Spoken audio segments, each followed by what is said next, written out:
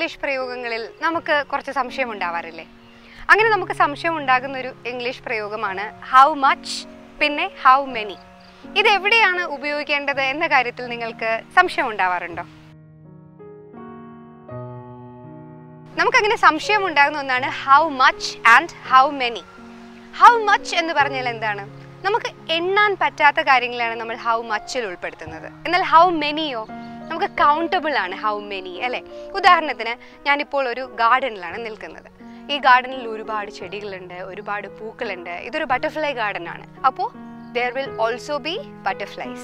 What will be there? There will also be butterflies. So ഈ ഗാർഡനിൽ എത്ര പൂക്കളുണ്ട്, എത്ര ചെടികളുണ്ട്, അല്ലെങ്കിൽ എത്ര ബട്ടർഫ്ലൈസ് ഉണ്ട് എന്ന് ചോദിക്കാനായിട്ട് ഞാൻ മച്ച് ഉപയോഗിക്കുമോ മെനി ഉപയോഗിക്കുമോ? മെനി അല്ലേ? So how many butterflies are there? How many flowers are there? How many plants are there?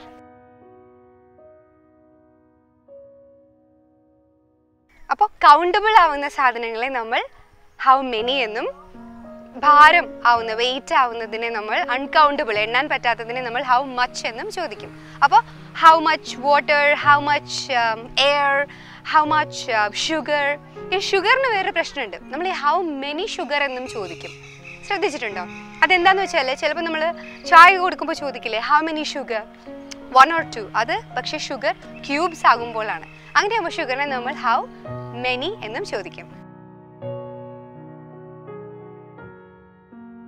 അപ്പോൾ ഹൗ മെനിയും ഹൗ മച്ചും തമ്മിലുള്ള ഡിഫറൻസ് എന്താണെന്ന് മനസ്സിലായല്ലോ.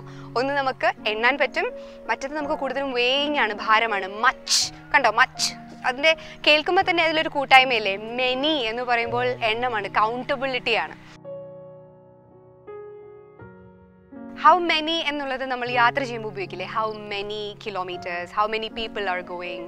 എന്നാൽ അവിടെ എത്താനായിട്ട് എത്ര സമയം എടുക്കും എന്നുള്ളതോ അത് സമയം കൗണ്ടബിൾ. എന്നാൽ ഹൗ മച്ച് ടൈം, അവിടെ നമ്മൾ ഹൗ മച്ച് ടൈം എന്നാണ്, ഹൗ മെനി ടൈം എന്ന് ചോദിക്കില്ല.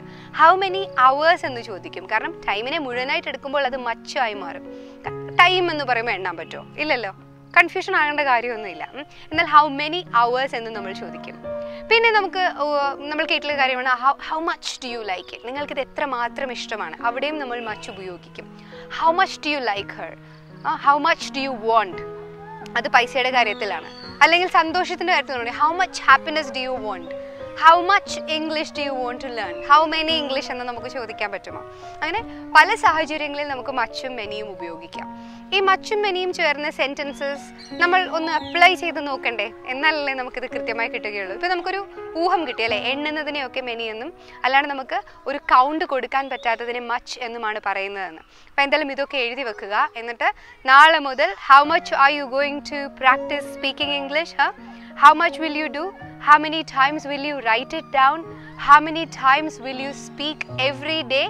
See, ഈ കാര്യങ്ങളൊക്കെ നമ്മുടെ ഡെയിലി യൂസേജിൽ അടങ്ങിയിട്ടുണ്ട്. നമ്മൾ ഉപയോഗിക്കുക എന്നുള്ളൊരു കാര്യം മാത്രമേ ആവശ്യമുള്ളൂ.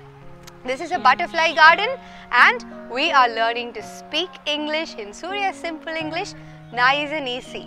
Subscribe to the channel and watch every day.